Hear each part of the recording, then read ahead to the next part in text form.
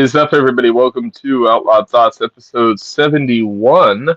I'm here with Richard Embree, Yeah, or am I that's saying that right? Okay, I got it close right. enough, man. Close enough. Correct, dude. It's always fun when I have people on and I did not ask before the stream, so Yeah, that gets me nervous too, man.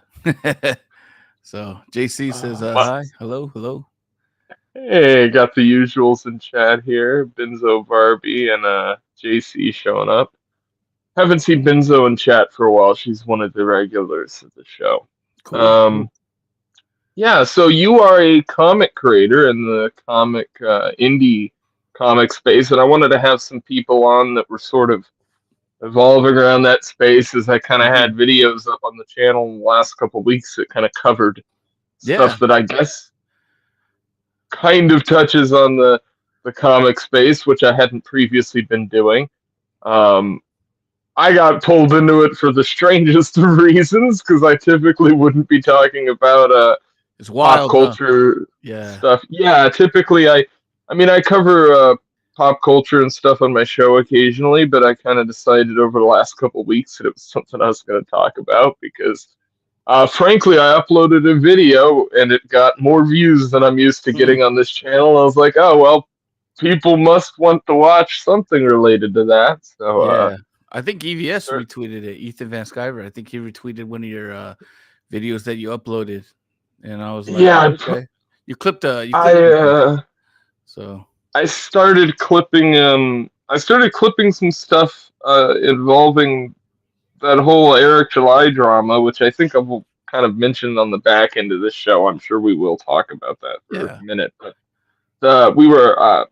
I got kind of pulled into it because I was fans of everybody involved, and so I was clipping stuff intermittently in there. And then, yeah, I started, Dick and people connected to that side of things have been retweeting a lot of it, and so the views have been getting good, and that yeah. also brought some new people over to the YouTube channel. So definitely worked out all right for myself. Nothing to complain about. So, Yeah, it's always good to get new perspectives from people, people outside looking in, into situations that are kind of like doing their own thing. You know that you're doing your own thing. You got your own channel. You're talking about what you like to talk about, and then how does this situation look from an outsider as yourself, but outsider that's also an insider because you also are fans with everyone involved. So it's always interesting to get different perspectives from different people. yeah. And so let's talk a bit about like your projects you've got going on now. I think I saw on Twitter that you have something that's just about to come out because I saw there was like an announcement or Yeah. some kind of announcement stream the next couple days. Tomorrow, Blood in the Sword is going to be coming out. It's launching tomorrow at 5 p.m. Pacific. We'll be launching on Bancroft Stream. Michael Bancroft, one of the coolest dudes in indie comics. One of the coolest dudes in Comics Gate and just comics in general. Talented, and he has just such a fun show, man. He's such a fun guy to be around.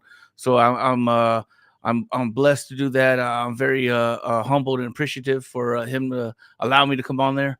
And then after that, Geek Gateway with Tony, and then I think maybe I just might Friday just do my own stream, and just chill, invite some friends over, talk comics, talk what's going out. See, hopefully we got some sales by then, and just have a good time. That's what at the end of the day, there's a lot of Twitter stuff and this and that, but I'm just having a good time with it, bro. Like I got a comic book. I'm blessed to have the financial backing, and that financial backing is me working my ass off to get that money to do it, and betting on myself and bringing this comic out and having it at a lower price than a lot of people in the comic scene right now, So I got Blood in the Swords, 20 pages, is going for $5, and that's $5 physical and digital, and also too, if you're a store out there or you just want to buy you know, um, just comics in bulk and maybe give them to people or your friends, or get people reading comics. I'm gonna have like a retail pack, which is going for $20 and have 12 issues. And the 12 issues is like 2 issues cover the shipping if you're a store, because the shipping's going to be $10, and then the rest of the issues you can double up on. So 'cause I'm selling them for 5. Stores, I'm giving it, you buy in bulk or you buy yourself and you want to try to make some money, or just give them out at a discount price, is there, man. My goal is to get as many readers as I can. I need to get as many readers as I can. Uh, I don't want to create a fan base talking about Marvel and this and that. And yeah, Marvel does do a lot wrong, but they do some right too. And I don't want to get on that whole grifter stuff, but I just want to make quality entertainment. I want people to enjoy it, and I want people to criticize it. So with that criticism, I can get better. And I'm trying to strive for greatness, bro. I'm not. Money's gonna come. Like I said earlier, kind of in a tweet, I seen what greatness does to men, and I see what money does to men. I rather go for greatness and kind of take that approach. Because money comes and goes, bro. I'm trying to gain skills. I'm trying to entertain people. I'm trying to create something worth you coming back to. Not just for the price. Like, I want to come back to the story. I see what Richard's doing, and I want to come back. I want to invest time and emotions into the story. So that's pretty much what kind of got me into comics. Is I used to do hip hop before, and a lot of ownership is like, you don't own stuff. There's this, there's that. It's a lot of money. Even if I did something, I got to clear samples.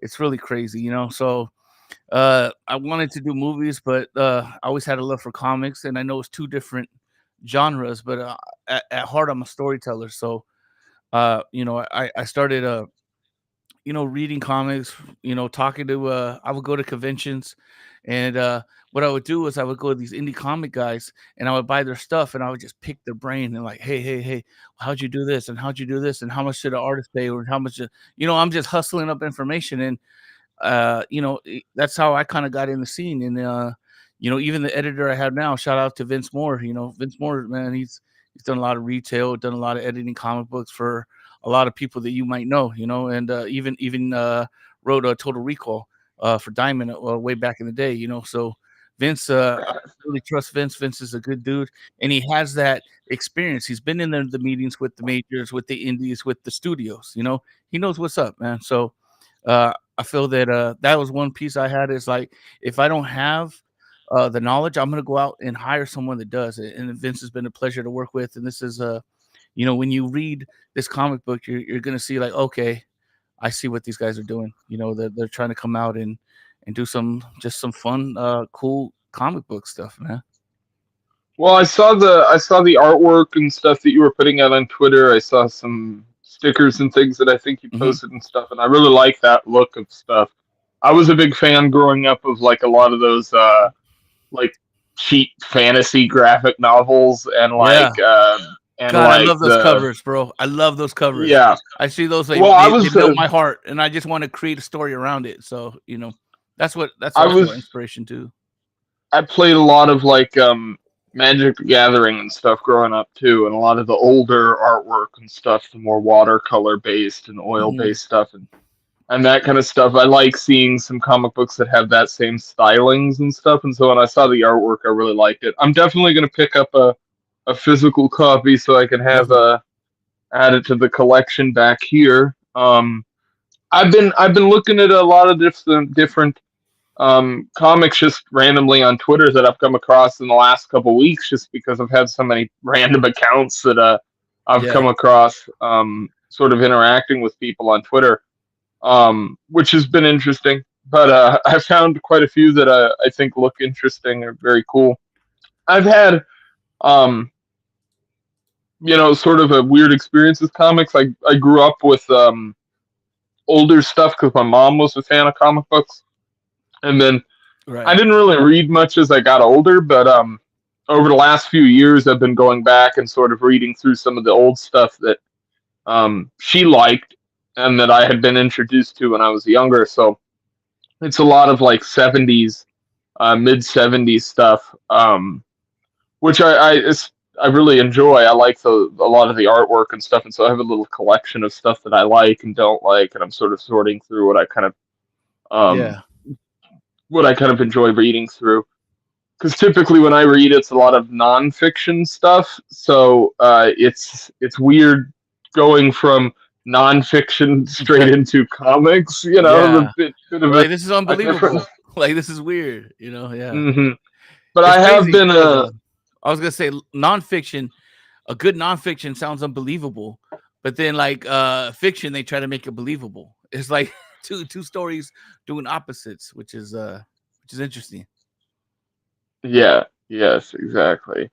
Um, okay, Benzo's hopping out. Freedom calls. She's got to do some kind of meeting or something, I'm sure. Cool. Yeah, so it's been yeah, I've been interested more and more in sort of the indie side of things, and again, like uh, I started paying more attention to the Ethan Van Sciver stuff in the last couple of weeks, and so that certainly got me more interested back in stuff again, just because I watched him years ago, and I came across him for probably the opposite reason to most. It wasn't for comic books. It was Hmm. because he did the Star art, Wars stuff. or no, it was Oh, okay. he did a book for Jordan Peterson, I believe it was. He did artwork Mm, for it, cool. or something along those lines. And so I came across the book because somebody was mentioning him on Twitter, and this is when my account was like minuscule. And so I came across his stream and watched that, and then I think he was on Rakita's stream, and so Hmm. I started watching him again through that and stuff. And got more into what the Comicsgate stuff was going on. I think he was doing some lawsuit stuff at that point, so there was that's Right. why I think he was on Arcada's stream at that point. So I was Okay. watching through that. Probably with the whole Um, Preston thing and all that. yeah, it's actually funny because recently I had an account follow me on Twitter, and it had some random name, and then when I went to the thing I realized, oh, that's Preston Poulter.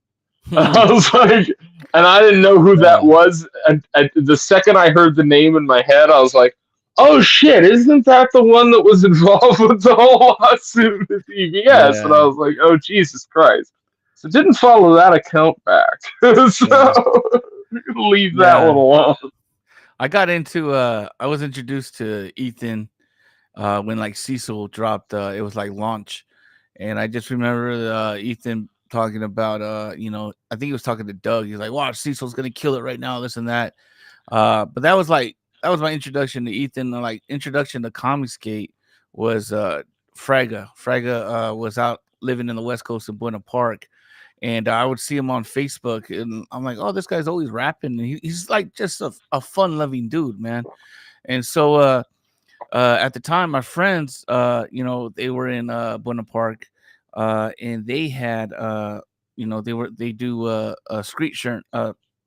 a screen printing for shirts, right? And Fraggle was doing that in his garage, and he was kept messing up on it for some reason. So I messaged him. I'm like, hey man, my friend shops in Buena Park. If you want to come, I don't know the answer, but I know they do. They've been doing this like 20 years, bro. And he's like, really? And then you know, he ended up coming in like 12 o'clock or something, noon or 1 o'clock. I just see Frago walking in the warehouse, and they told him how to do it. And my friend was like, hey man, you're cool, but this is the dude that got you here, just. And so Frank was like, yeah, man, what do you need? How can I help you? And I was just like, what should I do? Should I go indie or should I try to pitch to Dark Horse? And I remember Fraga looking at me and he said, bro, own everything. Do it yourself. Bring it out Yeah. yourself. Be your own boss. Do not give these motherfuckers nothing. Be independent.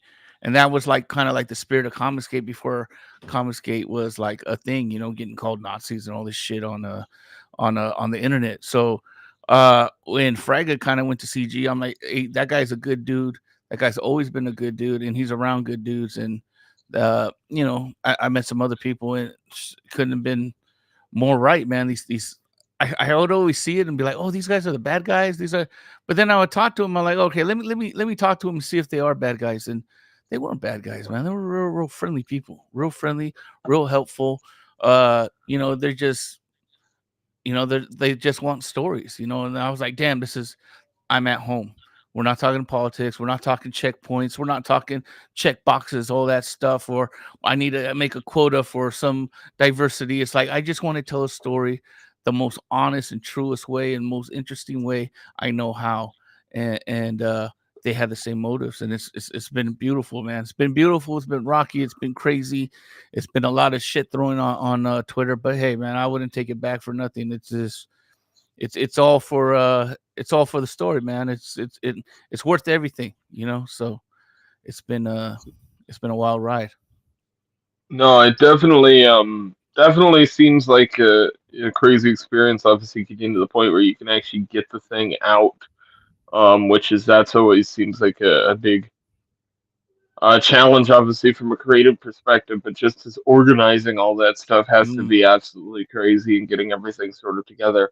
I've looked at this was a year ago or so. I don't have like I write to a degree, but most of my writing's like scripts, so I do a lot of like YouTube video scripts and things like that. So it's not mhm. doesn't really translate as well, which is why I'm into nonfiction stuff. It's one of the reasons is because that's what I typically write about. And so I've thought about doing something around some of those stories that I've done up here in Alaska and sort of Alaska themed stories to turn into almost like old school like pulps, Mhm. because pulp Let me, magazines and stuff like that were actually very popular up here back yeah. in the day. Let me ask you, when you Um, do scripts, do you kind of do it like spec scripts, like movie scripts, or do you do it like scripts with a shot list, like almost like a commercial? Because you said you do scripts for like YouTube. so typically, it's kind of weird. I can do either depending Uh-huh. on what the video is. When it's like the essay style videos, the longer form stuff, Hmm. I almost have a better job breaking it into like just long paragraphs, and doing it more bit by bit because when I record Hmm. it, I find that it's easier to edit if you can go back and take Yeah. entire segments of audio that you've recorded in the same track because the problem is when you record like say 40, 50 minutes of audio that you're going to cut down to like say 30 minutes or something along that line, which is what I'll do a lot of times. um, the problem with the problem with doing it like shotgunning it all out and doing it that way is that it's hard to keep the same vocal inflection, Yeah. Yeah. Yeah. and so when you edit all the stuff together, your voice just jumps around too much, and it sounds really Yeah. odd. Like, and I notice it when I'm watching videos, so it's one of the things I've tried to like not do. Um, Yeah. That's why I like guys like Razor Fist. They're doing it like either they're doing it one take or it's freaking clean cuts, man. And from what I've seen, and like that's so I don't just know how riveting. he does his videos, but watching his videos, my assumption is that probably at least 80% of that is scripted. Yeah, yeah, and he's Um, improving the in between. yeah, there's Makes there's sense. some definitely some improv thrown in there, but the problem is that um, most YouTubers who people think are doing unscripted content are probably still doing some form of scripted content. It's really hard to do the like, especially when it's long form stuff. Yeah, yeah, yeah, It's there's not many people on the platform that are really able to do the like know anything uh, recording sessions. I used to do editing for a few like YouTube channels in like the yeah, true crime space and that area and stuff, and it's certainly that way there. There's no qualms about it. Everybody there is sort of tied into a lot of the same circles, to get content generated. yeah. I would imagine there's guys that do that with broadcasting skills, like or just broadcasting education. Like they know how to do it, they know how to format it, and blah blah blah. So it's a Hmm. whole different technique. It's a whole different skill. But I've had a fun time doing some of the scripts I've done recently. That's what the stuff on the back wall here is. It's all mhm. stuff I've written about or done Oh, that's cool. done something on. That's But cool. a lot of what I do is sort of Alaska centric, stuff to do with the state or random mysteries or folklore from around here. Okay. Um, One of the things I want to do eventually is do some kind of pulp based around this dude, Soapy Smith. Hmm. He was a outlaw who came to Alaska. He was actually did most of his misdeeds were actually done in the lower 48.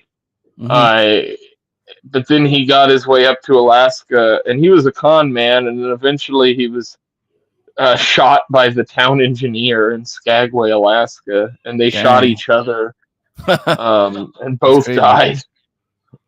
Yeah, it's sort of one of those like That's pretty there's a twisted. few like yeah, there's a few like you know Western era stories from Alaska that don't really ever get touched because no one really thinks to set like outlaw era stuff or Western era stuff in Alaska because most people just kind of glaze over it. Yeah, they But think Texas, Arizona, stuff like that. right, Yeah, that's pretty crazy. but the same stuff was happening up here, so there's a lot of the same history and A lot of outlaws because no one's gonna chase you up there. If you made it there, it seems like you'd be safe.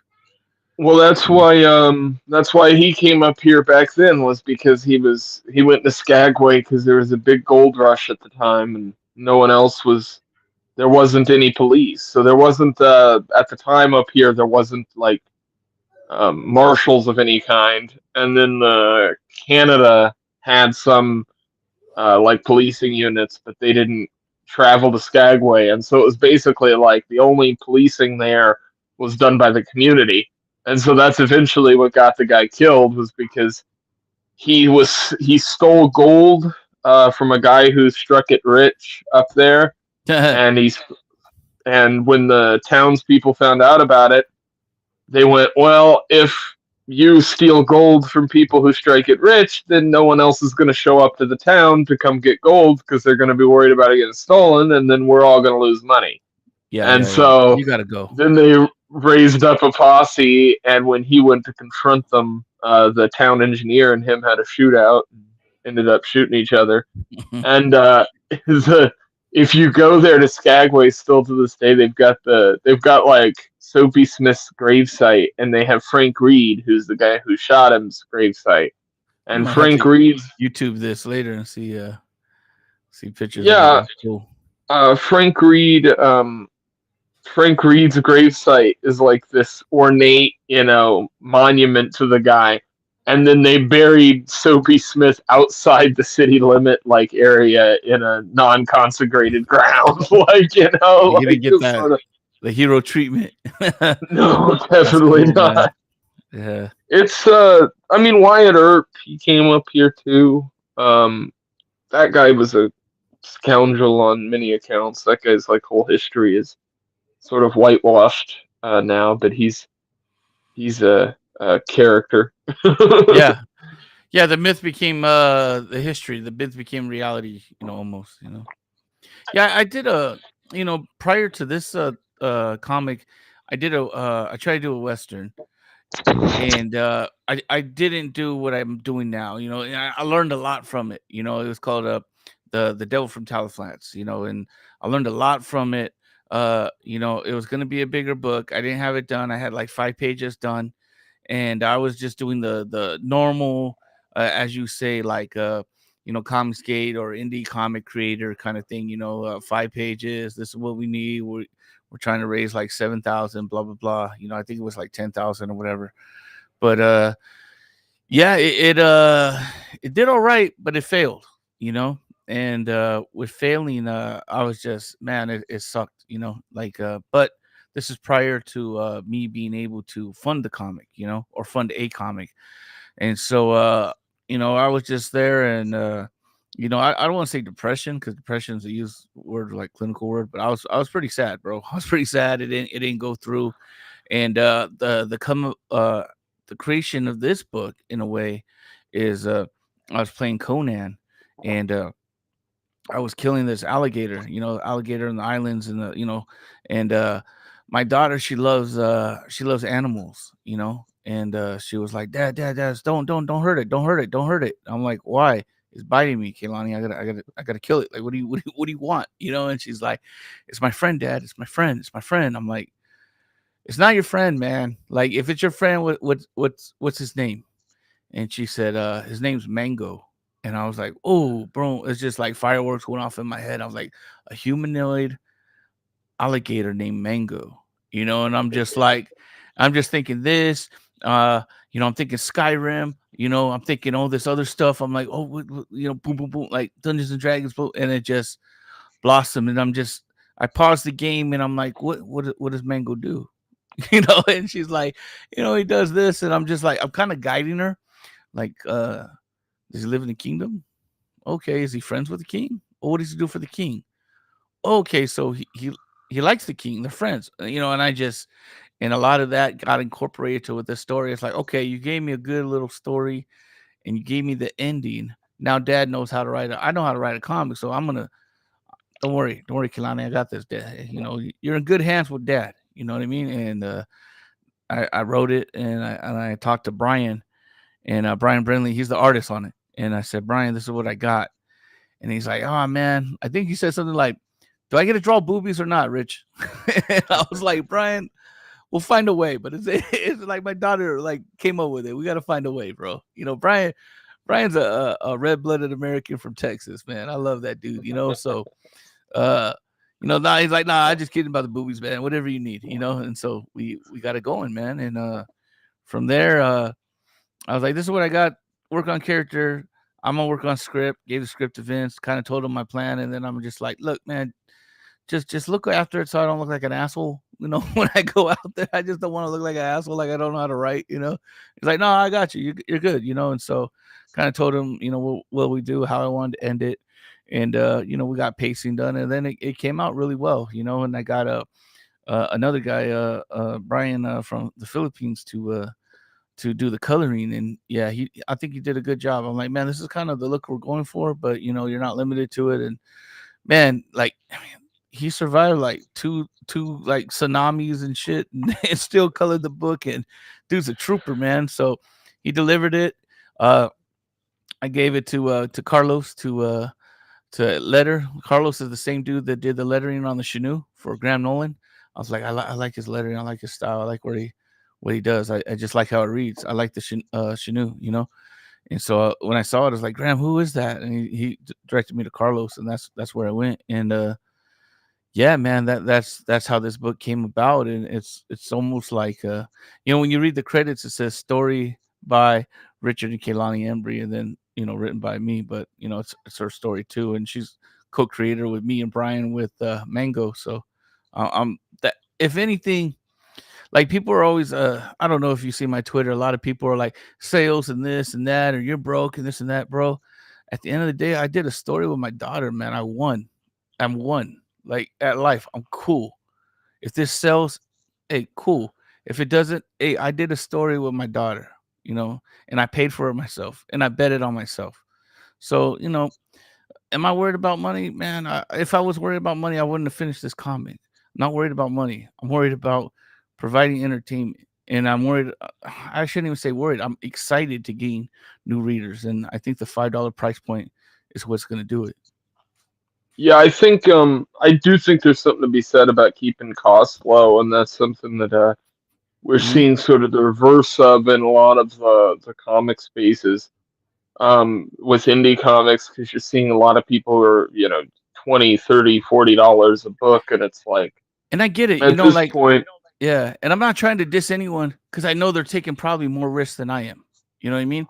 To where it's like, well, I also think it's a popularity thing. Like, if you have a big fan base, or you have a big built-in fan base, then it makes sense to sort of charge a little bit more, because you can kind of get away with it. I think for people who are sort of trying to put stuff out there as their jumping off points to kind of build those bases, then obviously charging less makes more sense, because otherwise, it takes a lot of the stress out of new readers, because if it doesn't work out, it's not like I'm wasting $30. Yeah, which is something that I think is something a lot of people don't think about, but when you're somebody like me who doesn't have, it's like if I spend money, it's like I think about it. So it's like, I've been there, bro. I've been there, and I'm still there. Like I'm a little bit better off financially now, but I'm not rich. I'm not wealthy. I still got a budget. I still got to do a lot of things. So, uh, yeah, I think that this is what I thought of when I was creating this, and how am I going to market this? What do I want? Do I want money, or do I want readers? Right? Because like how I'm looking at it, like people were like, "Oh, you can have both." There, shut up. Like you can't. You got to like at my position. Because I'm a writer. You know what I mean? I got to pay for artists. Maybe an artist can do both. I don't know. I've seen a lot of people do well with that. But for me, knowing my skill set, and what what do I need? Like, what do I want? What is most important? And I decided I want readers, because with readers comes money. With readers comes a bigger following. With readers, uh, everything comes from readers. People are trying to get readers, or they have readers or whatever. But I think for me, readers is the most important thing. So now, if I can get readers, what's stopping me from getting readers? All right. So one thing of this, like, there's a trust issue with comics, where comics aren't getting finished. I'm paying for a comic and I never had it, and I never got it, right. And for me, I'm fortunate that I never had that happen, right. But there's customers that have that happen multiple times, right. And it's like, I can't, as much as I like you, I can't take a chance on something not being done. And I learned that from Talon Flats too, because when I had The Last Goodbye, that was a successful campaign. Talon Flats comes out, and it's like, I like you, but if you're competing 25 for 25 or whatever, I got to go with, oh crap, where'd he go? you know, well, they would say I got to go with, the people that are more established or have it done, you know. So, yeah, dang, I'm totally distracted on what I was saying. Yeah, there you are. sorry about that. Yeah, I was like, what happened? Did we but I was saying, when it came down to it, people want the comic to be finished. They want the comic to be finished, and that brings a lot of trust, because with Talon Flats, I was saying people were like, I like you, Rich, you're cool. I'll back it once it funds. And now I was like, I need you to back it to fun, and it was just this. I wasn't having fun, man. I'm out here acting like a politician, being nice to everyone and kissing ass and trying to get on this and this and that. And I felt so freaking phony, and I'm not saying that during that time I didn't meet real people and have real good conversations and this and that, but I just, on Twitter, I was like, I don't want to offend anyone, this and that. And it's like, this isn't fun anymore, for me, and so I was like, I've been doing comics pre-COVID, during COVID, and now it's going to be post-COVID. And I was able to go to Artist Alley, sell comic books for $5, get all the art done myself, and I was like, how did I figure it out when I had less money? And I just went back to basics, and back to the basics is, get the book done. The book is the most important thing. I don't care about the bells and whistles. The book is the most important thing. All money goes to the book. So I did that. Second thing is, I don't have two covers. I don't have variant covers. I can make more money and save the customer money by just having one customer. And it came down to, the realization that, I'm not a celebrity, man. I don't have a huge following. I need people to buy one book at a time for right now, right? And then, with having just one cover, I can make I could print up a lot more and sell it for a lot less and still make a profit. And so that led me to part two, what I did when I was at the, selling at WonderCon, Long Beach Comic Con, and all that. It's like I was selling shirts, because I told you my friend's been doing shirts for 20 years. So they're down there, I'm over here. What can I do? The technology came, invested in a direct to film printing printer for and a heat transfer for shirts. So now I can do custom shirts with my design. They're great, and I can do custom designs for other creators, and like just shoot, man, like just ridiculously low prices. Still sell it for cheap. Like on the campaign, you can get the comic and the shirt for $25 plus $10 shipping. So that's like $35. That's what people are paying for one comic. Again, Yeah, they're probably it's more. exactly. Yeah, they got more pages, and I understand that. But for a shirt and a comic, $25, $10 shipping in the U.S. I think Yeah, it's like that's $30 $30 like in the UK or something. I think when I checked Pirate Ship, that's what it was. So $30 in the UK. So it's that's why wouldn't you? If you're interested in it, you're gonna get it. And if like price shouldn't be an issue. Like it should be affordable for you to purchase it. And that's what I wanted to do. And if you're overseas and you don't want to pay $30 for a $5 book, digital. There it is. I'm not worried yeah. about people bootlegging it. I want readers, you know? So even if I piss off the entire Ripperverse and they're like, we're gonna bootleg his shit and hurt his sales, do it. Because you're getting me readers. Do it. I don't give a fuck. Like, you So know I what I guess mean? that leads. I guess that leads a Yeah. bit into that stuff. I mentioned on the first stream I made when I was sort of talking about the Ripperverse stuff. I mentioned that I was a fan of Eric July's for a long time. I watched his videos of more political stuff, and then about a year ago or somewhere around there, he kind of switched to doing sort of strictly pop culture stuff, whereas before he was doing sort of politics and pop culture. And so I stopped kind of watching around there because I just wasn't as interested in the pop culture stuff as I was the Yeah. politics, frankly. Like, I'm a political person. I talk about that stuff on my show and stuff like that. So that's just kind of where I'm at. But Cool. when I had sort of was listening to Dick Masterson, and I've listened to him for years. The Dick Show, and listened to the original Biggest Problem in the Universe and the Biggest Problem and stuff. So I was listening to the Biggest Problem. Vito was on there. I was familiar with his whole drama with the Nerdrotic guys, Friday Night Tights people, and Geeks and Gamers guys, because he did like copyright strikes. Or not copyright strikes, but he did the whole. He like called the Twitter and Yeah, flagged YouTube on Twitter and stuff. Yeah. Yeah, He did the shock and value, and it turned out to really bite him. Or that action, I think, bit Neurotic in the butt. But it was like from Vito. yeah, Doing that. and then Vito, and then I think what made me take note of that. I've said this for a long time. Vito has done some very stupid things on the internet, and but at the same time, I look at most of those stupid things that he's done, and I'm like, most of them were done in the effort of making something funny or doing a joke of some kind or in the spirit involving. Yeah, it's not this mean-spirited shit that people make it out to be, and if it is, then so be it. That's sometimes what's needed to get a laugh, and I'm fine with that shit too. I grew up on the forum era of the internet and stuff like that, so I'm fine with a lot of the things that people would account for as dirty behavior on the internet. I look at as nothing. It's like it is what it is. I know. Like it's like, dude, we've been through some wars. This is nothing. Like we've been through some crazy stuff, man.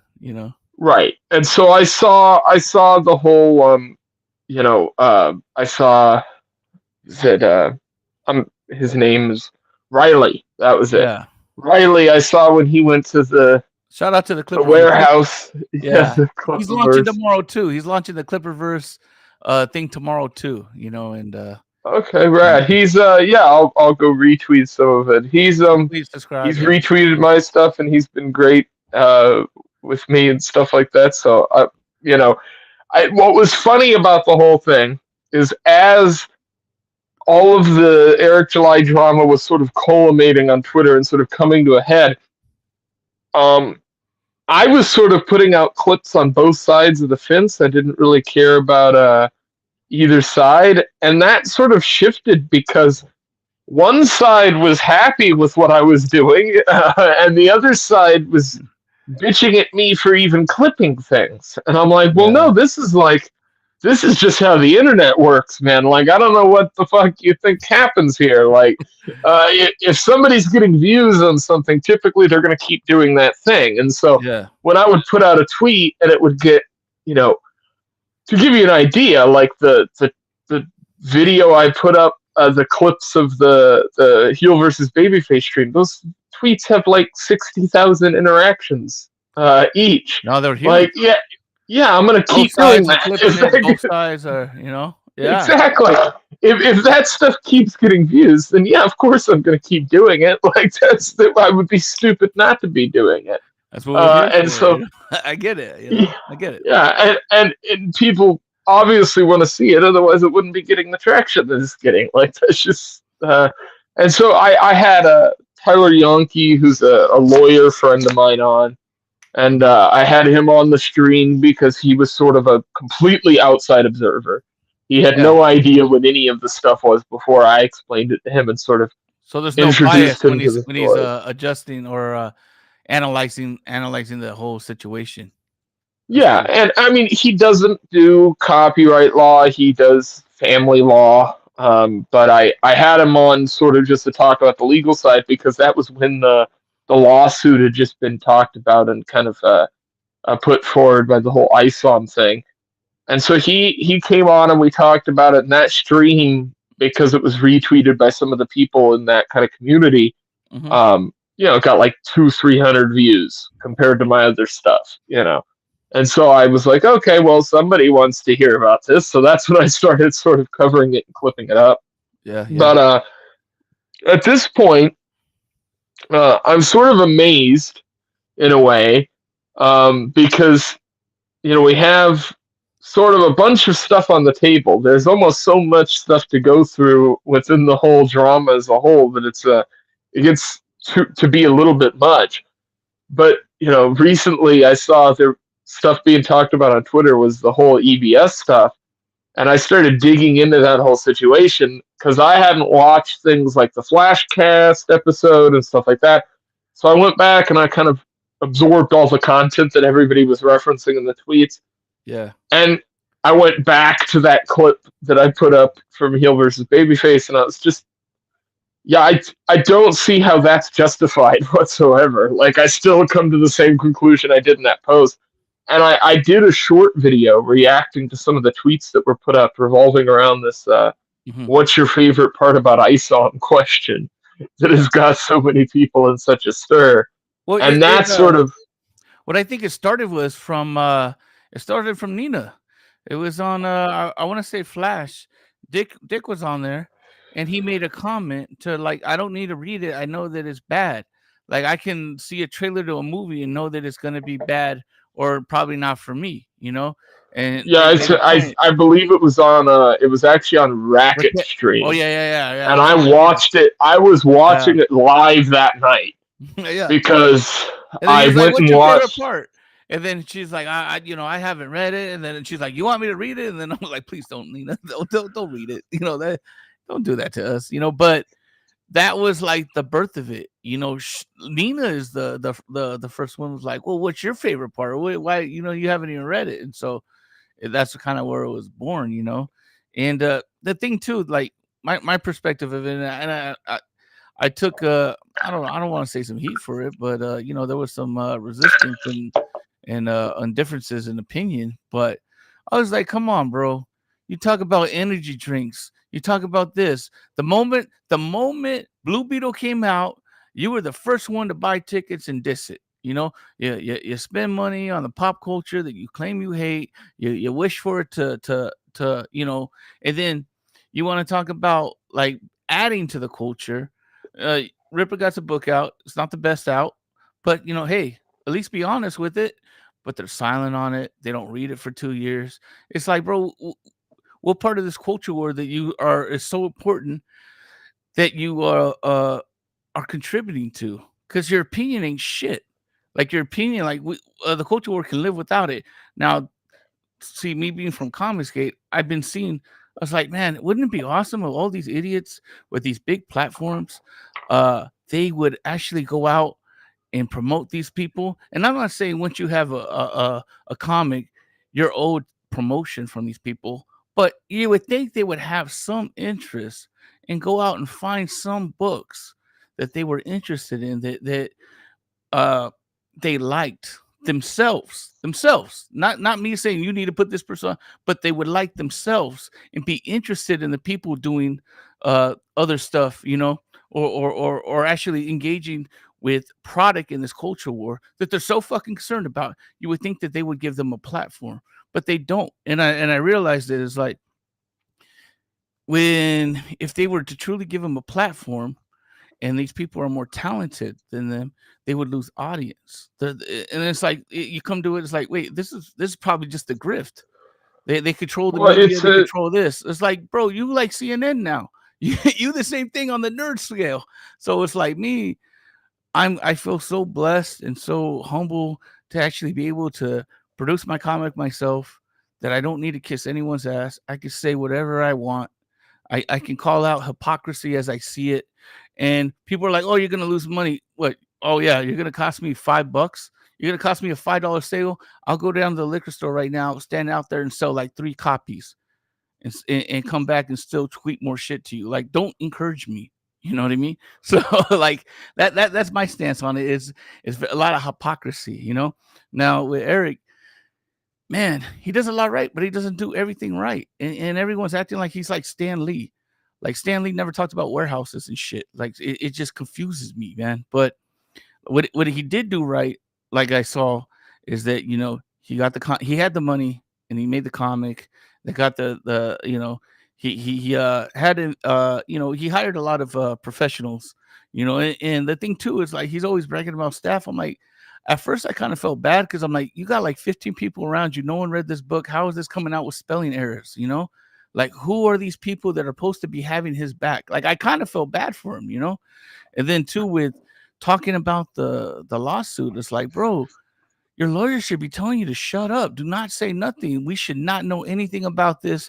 It gets handled behind closed, in closed doors and negotiations. And they write a price. You cross it out. You write your price. You go back without us knowing it, and throwing stuff, like, because that's damaging to his thing. But it's so crazy. But there are some things that, I like that he hired Barron. I like that he hired Dixon. I think that's great. I think that's actually beneficial to the culture, where I appreciate that.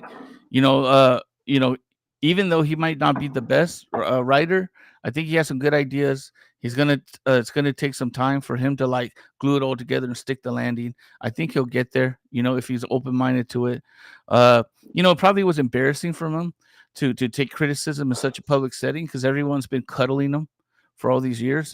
So it's been that's been kind of weird for him. But I think if discussions about writing and this and that and techniques are handled behind closed doors, and he has talented people around him, I think he'll do good. I think he'll do well with stuff coming out. I don't wish him bad, but but the DMCA, that's just weirdo shit, bro. Like, Riley's not a threat.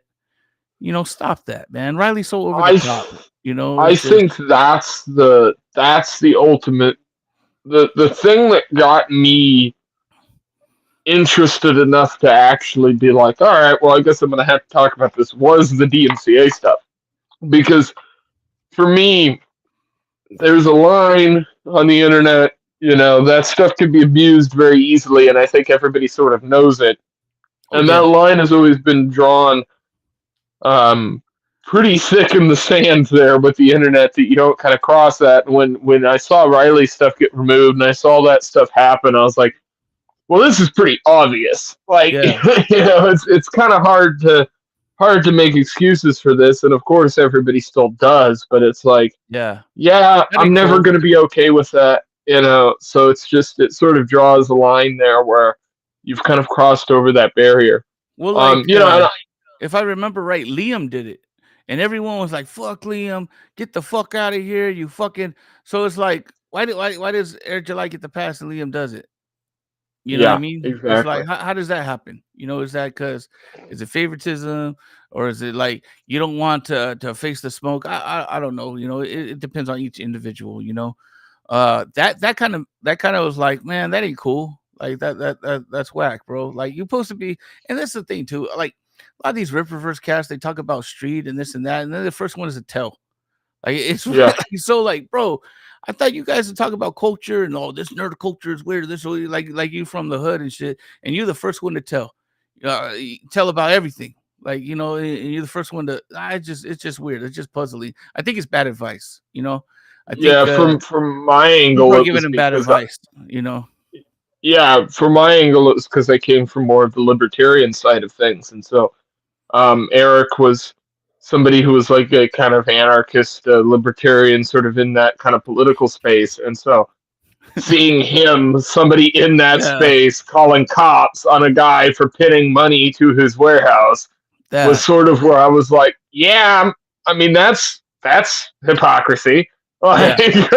Like, And the so thing is, that like, was the guy's so over the top is not a threat. Like, so I mean, this is how I wish. If I was Eric's PR, this is how I would say, listen, I'm gonna call this guy up. I'm gonna say, hey Riley, what you're doing is fucking crazy, but let's put something together. You want to shave the shoulders? We need 10K for a freaking children's charity. And then you come with the 10K cash and do that and come through. Otherwise, we're just gonna clown you. And Riley's freaking psycho enough to go out and probably figure out how to get 10K and come with it just for the publicity. He'll probably have a GoFundMe and everyone will do it. Shave the shoulder for 10K to kids with cancer or cancer research or whatever chalk hospital, bro. He'll look like a fucking hero. You know what I mean? And like I just it's just puzzling. Like it's just this weird mentality. Like you have to be the hardest motherfucker on the internet. It's like, bro, the hardest motherfucker alive is not on the internet, man. It's well, and what's funny is crazy, that man. people on the internet don't really respect people for being hard. Yeah, Like that's just not how respect is gained on yeah. on the internet. Really, It's so like true. there You are respect us for being mobsters on heartless, Twitter. Like heartless, bro.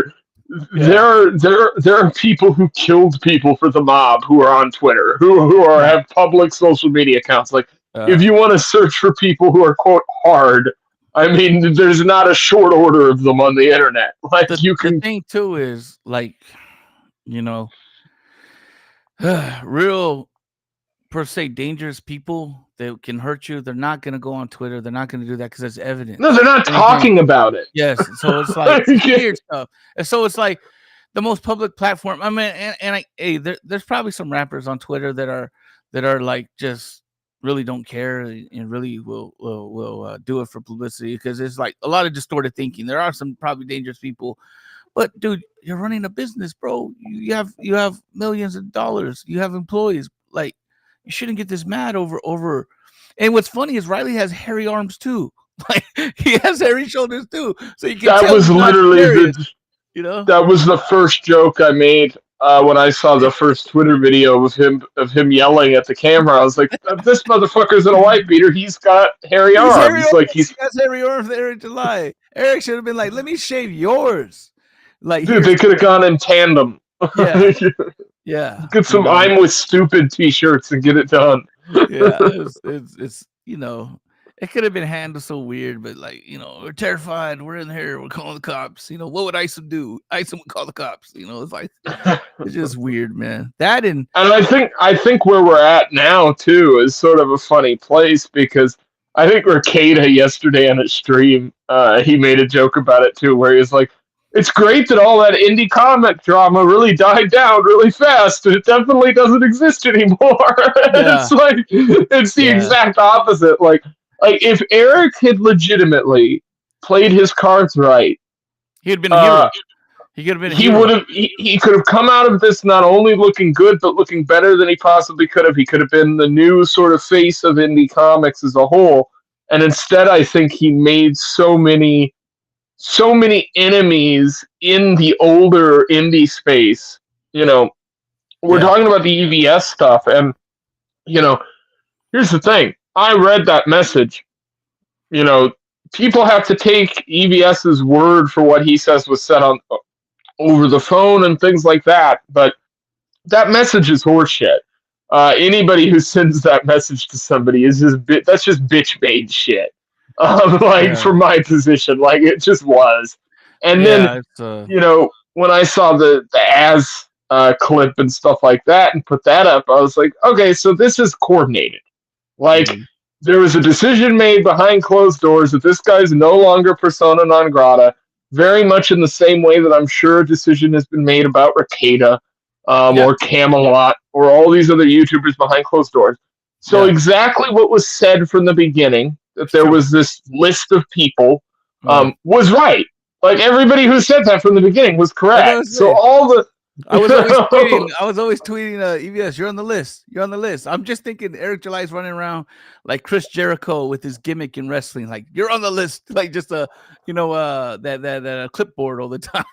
you know, well, it's yeah, and I mean, and it's visibly, fans can very easily see it, right? Because these people have shows, they have communities, they have things, and you start seeing people disappear and stuff, and you start wondering, why hasn't this person been on the show for this long? Why is anybody talking about any of the projects these people are working on? Like, yeah, regardless of what or those people want to talk about on their streams about like EVS and backstabbing and that whole horseshit, which I think is completely delusional. Um, at the core of that, regardless of EVS's what he's done personally, I mean, he is a huge part of indie comics and has done a lot for indie comics.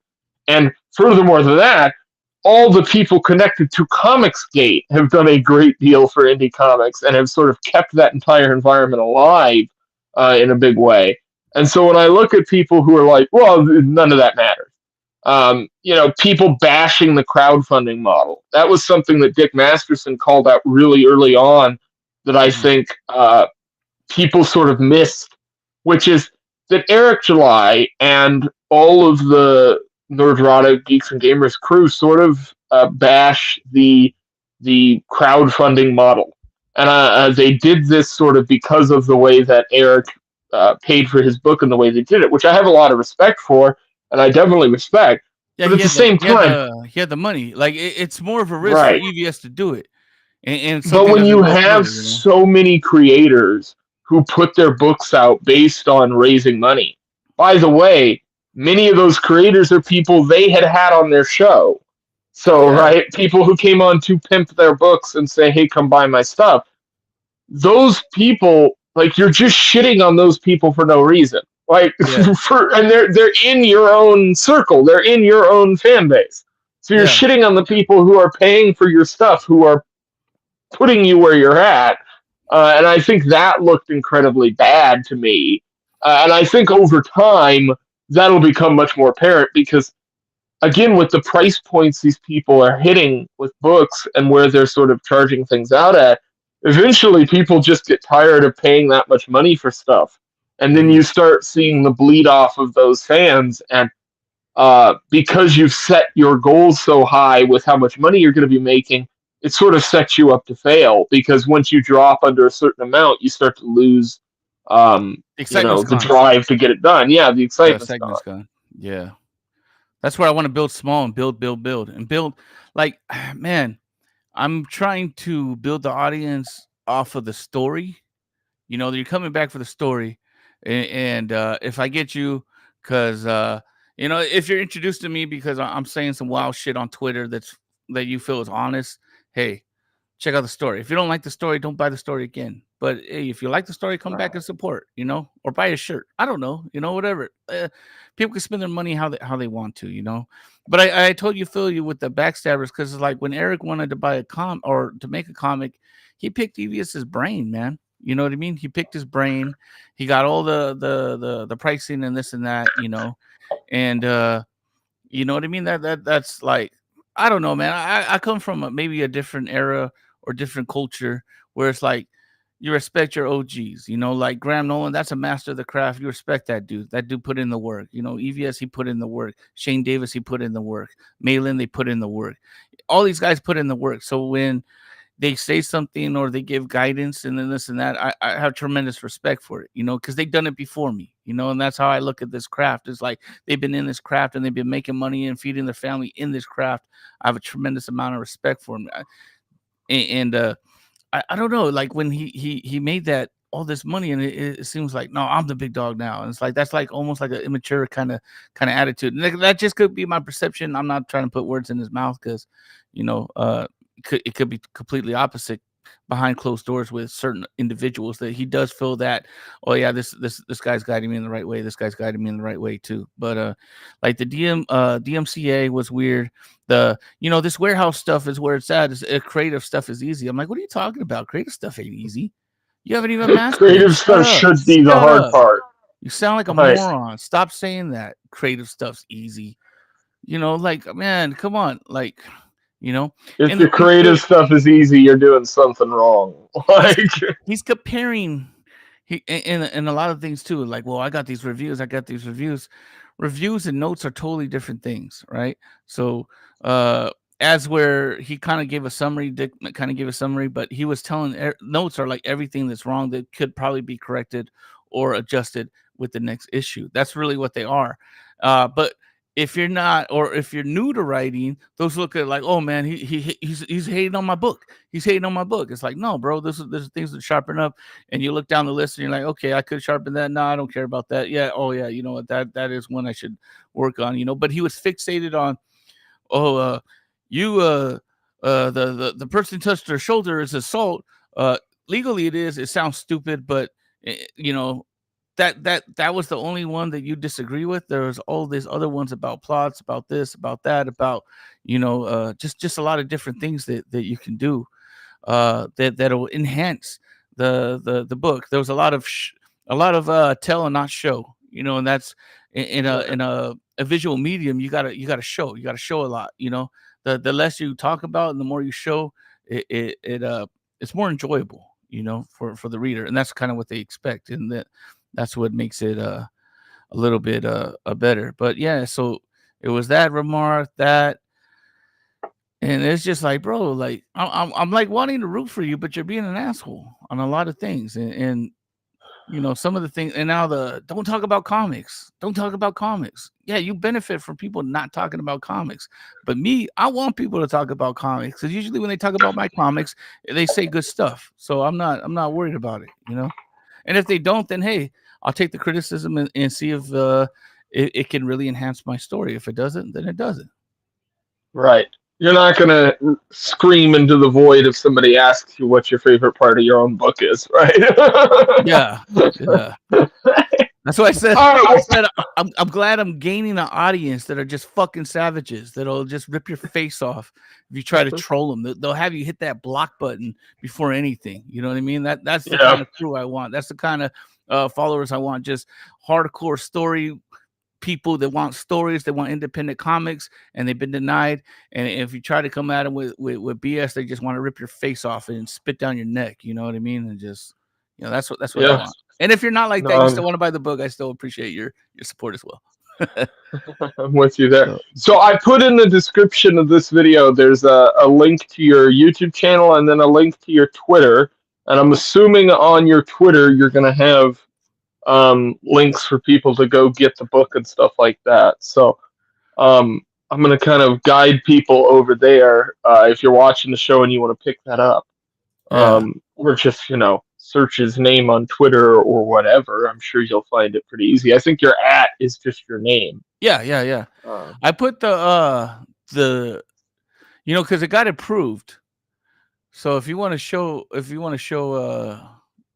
the campaign, I'll show you the campaign. The page is already up. Like Fun My Comic already approved it. It just launches tomorrow at 5 if you want to show it. There it is. There you go. Cool. There we are. So I'm gonna try to scroll down. Let me. Yeah. So we got the name, the little banner. If you want to go to YouTube and see it, it's just like a 40-second little video. Talks about it a little bit, but a little bit of the story about what I told you about my daughter. Then over here we got the digital comic, $5. Physical comic, $5 plus shipping. In the USA, it'll be $5. $5 shipping. So I got the first 5 pages all here for you to read. So if you read it and it's kind of something you like, and hey, come through and read the rest of it. If not, hey, maybe check it or wait for people to review it, and it'll still be available for $5 at that time too. Digital bundle if you wanted to read The Last Goodbye and Blood in the Sword, you can get it for $10. And this is my retail bundle, $20. You get 12 copies. Like I said, 12 the first two, you sell it for 5. That covers shipping, and then you can just double up on the rest of them. And then the mango shirt and Blood in the Sword, $25 plus shipping. So that'll be shipping is $10 in the US, and we go all the way up to 4X. So hey, there we go. And let me show you. I'll let you read it, but or I'll give you the link so you can read it. But look, we got 1 page, 2 page, 3 page, and we're already into action, bro. Like I don't play. Yeah, that's the way to do it. Like let's go. Like you know what I mean. And I like the artwork and the style's really cool too. I like that. Yeah, so I was like, I'll tell you, Brian likes doing he likes doing fantasy art. You know what I mean? He likes doing fantasy art. And I was just like, I'm gonna bring in Brian to do this because I know he wants to draw something. You always want to get an artist that draws what they want to draw. You know what I mean? If you can find what genre they want to draw, it works best. So I think Brian was the perfect choice, and I could write a script, a page, and Brian kind of knows what I'm thinking. You know what I mean? We're kind of in that same vibe, and that's always good. And then Vince is just the Vince is like the coach. I'm the QB. Brian's the running back or receiver, and then coloring is Brian. That's defense, keeping us in the game. The other Brian from the Philippines, and then when we need the extra point, that's Carlos, just lettering it up, bro. So we got the whole team. I guess Kaylani, my daughter, is special teams. Because she came in with creative energy. So. Well, I think it's great. I hope it's a success, and I hope everybody here who's listening goes and picks up a copy. I'm gonna pick up a copy, so cool. It'll be fun to definitely read, and I'll have it back here on the back counter. I've got a little rack that I'm putting together of some of the stuff I've got, so it'll be cool. That's cool, man. But yeah, I think this is a good spot to end it. We had a good little chat. I keep these around an hour, so I think that's about perfect. Yeah, it was fun, man. And thank you for inviting me. Man, I'm honored to come on. It's always cool to meet new people and that are doing the thing. They have their own following and meet new people. And thank you for introducing me to not only yourself, your stream, and to your audience, man. I really appreciate that. And please love having new people on. Yeah, man. And we'll absolutely. We'll get you on another stream here down the road. But I like having people back on after a while. So cool. We'll see how this experiment that goes, and hopefully it goes incredibly well. If not, I'll just buy my own comics and look like a success myself or something. I don't know. We can rig the game too, bro. I can, I'll just play. Gotta get creative. All right, everybody. Well, have a nice night. Take it easy, and check him out in the description down below.